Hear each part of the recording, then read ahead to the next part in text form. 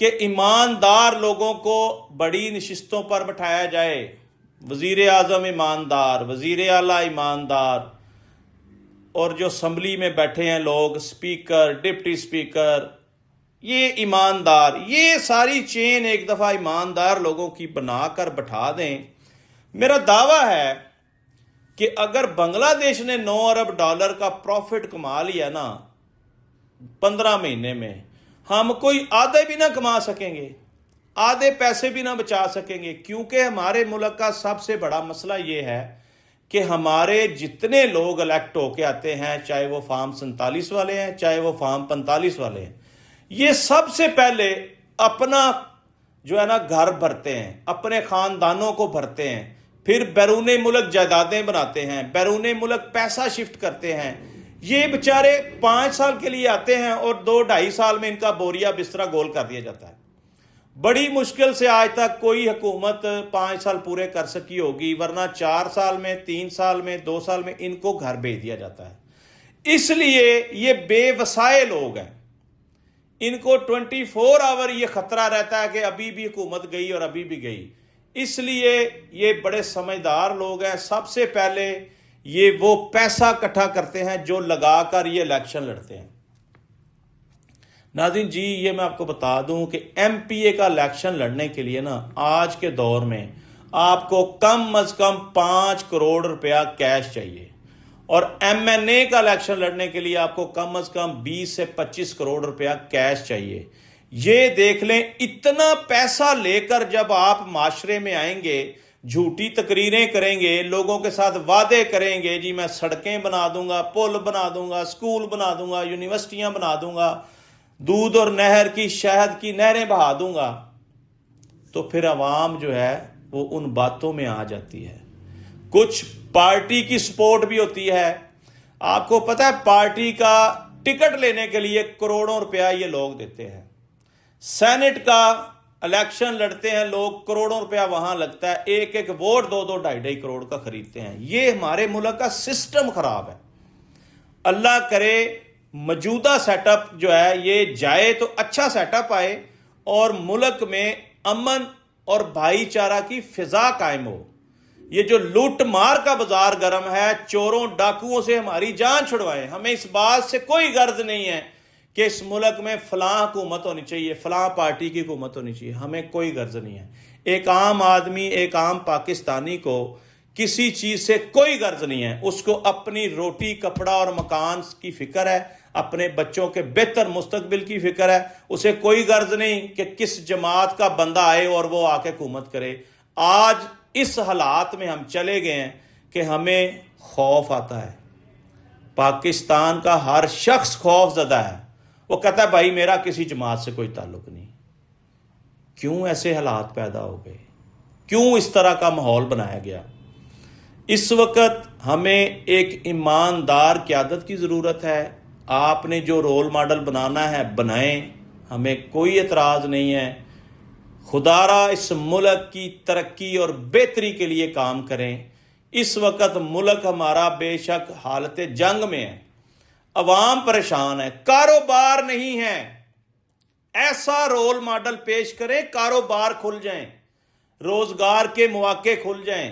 لوگ پریشان ہیں، قرضوں کے تلے دبتے جا رہے ہیں، انکم کا ذریعہ کوئی نہیں ہے، سورس آف انکم کم ہوتے جا رہے ہیں، خرچے بڑھتے جا رہے ہیں۔ اس پہ کام کریں، فیصلہ ساز بھی اس پہ کام کریں۔ جی ناظرین، آپ نے میرا خیال ہے پوری توجہ سے میری بات سنی ہوگی کہ پاکستان میں قومی حکومت بنانے کا فیصلہ کر لیا گیا ہے۔ یہ جو 3 جماعتیں اپنے آپ کو بڑا طاقتور سمجھتی ہیں، ان کو گھر بھیجنے کا فیصلہ کر لیا گیا ہے۔ اور یہ جو بتایا جا رہا تھا کہ عمران خان کی رہائی ہو رہی ہے، سارے کیس ختم ہو رہے ہیں، ایسا نہیں ہے۔ رہائی ضرور ہو رہی ہے، وہ باہر ضرور آ رہے ہیں، لیکن وہ کسی سیاسی سرگرمی میں میاں بیوی انوالو نہیں ہو سکیں گے، کوئی سیاسی تقریر نہیں کر سکیں گے، کوئی سیاسی بیان نہیں دے سکیں گے۔ آپ سمجھ لیں کہ مفلوج ہو کر ان کو سسٹم میں بیٹھنا پڑے گا اور ان کی جماعت کی کوئی ایکٹیویٹی جو ہے نا وہ نہیں چلا سکیں گے۔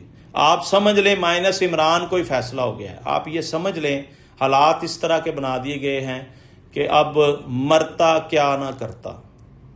میں یہ تو نہیں کہوں گا کہ خان نے گھٹنے ٹیک دیے یا خان نے ڈیل کر لی، لیکن آنے والا وقت یہ بتائے گا کہ اتنا مضبوط اور طاقتور آدمی جس کو 950 دن ہو گئے ہیں وہ پابند سلاسل ہے، کیوں اس نے ان چیزوں پہ ایگری کیا، کیوں یہ بات وہ مان گیا؟ میری چھٹی حص تو اس بات کو تسلیم نہیں کرتی۔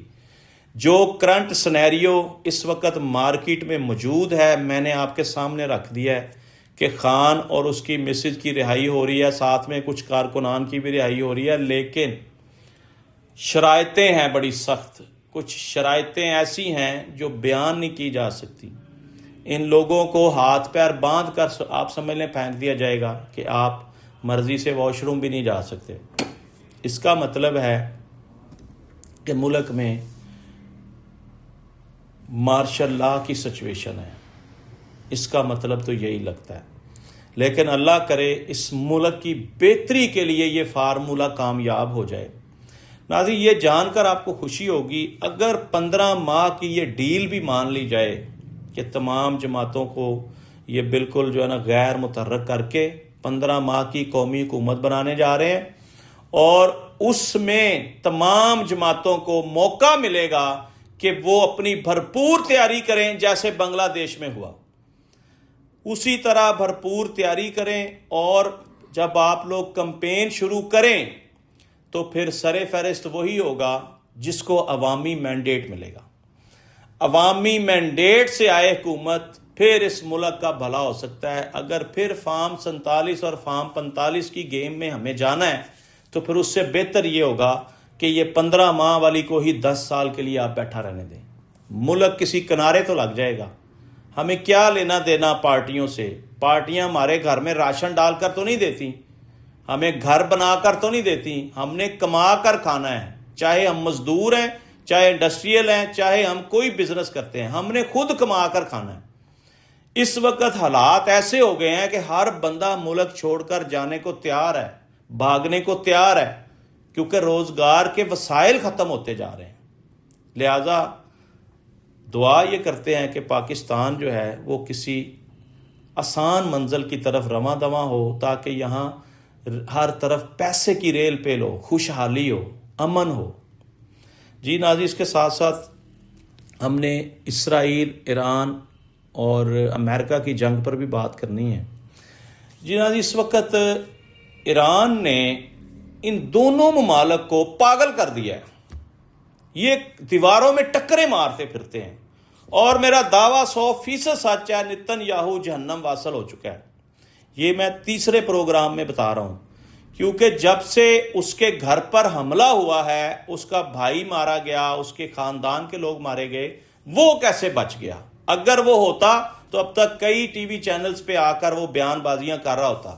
اور یہ بھی بتایا جا رہا ہے ناظرین کہ کوئی اے آئی سے اس کا کوئی سٹرکچر تیار کیا جا رہا ہے کہ اے آئی جنریٹڈ کوئی ایسی ویڈیو بنا کر پیش کی جائے گی جس سے آپ کو لگے گا کہ نتن یاہو مرا نہیں، زندہ ہے۔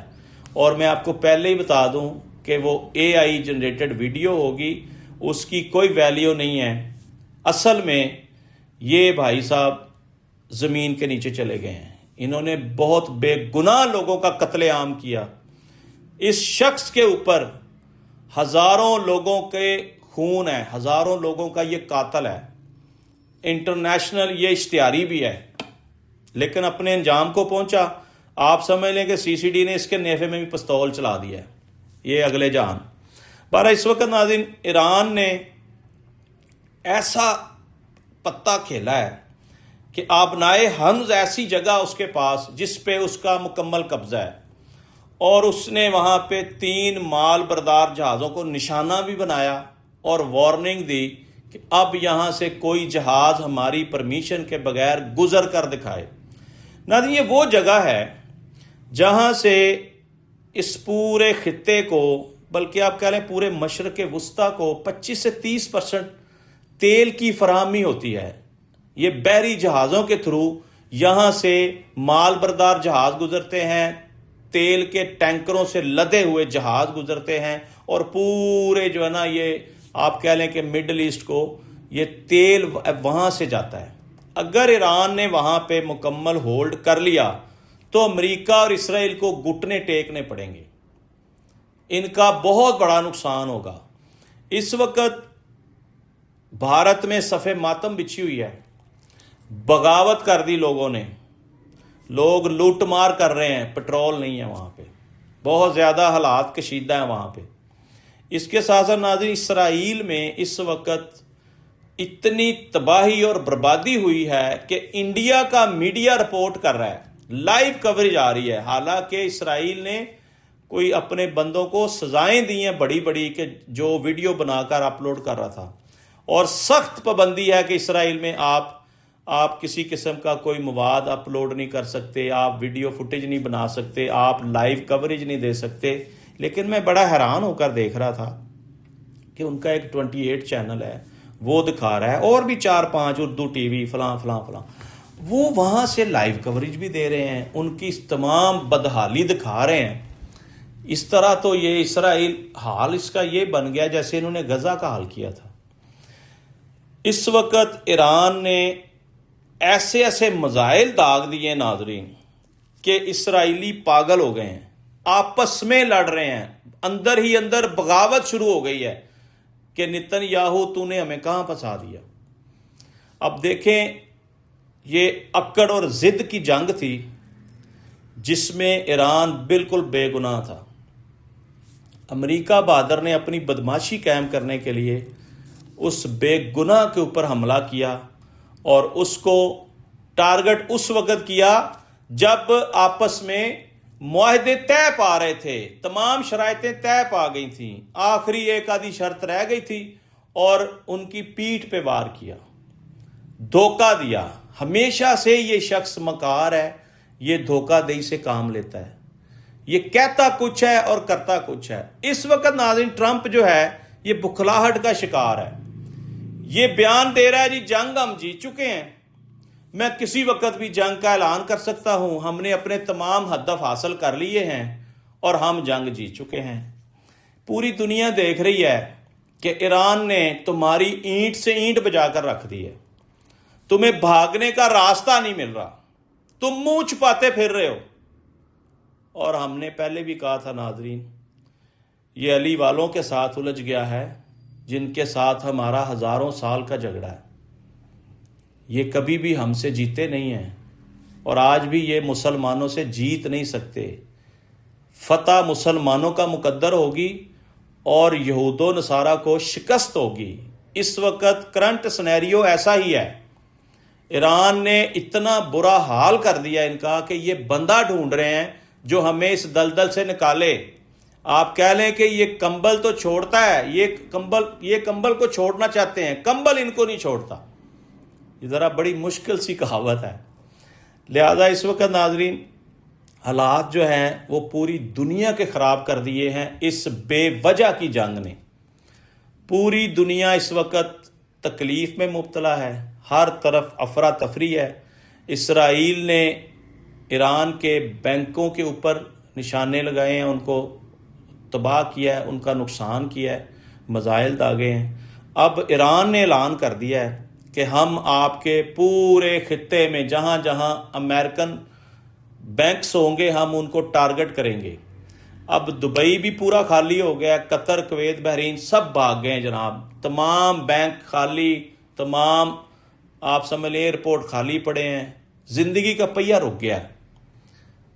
ہور چوپو چھیڑو ہور ماڑے بندے نو مارو چنڈ. اگو چپیڑا پئیاں جنا اپنا منہ لال کر لیا جنا. یہ تھی ناظرین آج تک کی صورتحال کہ آج تک ایران جو ہے وہ مکمل طاقت سے ان کے تمام حملوں کا جواب دے رہا ہے اور ڈٹ کر میدان میں کھڑا ہے.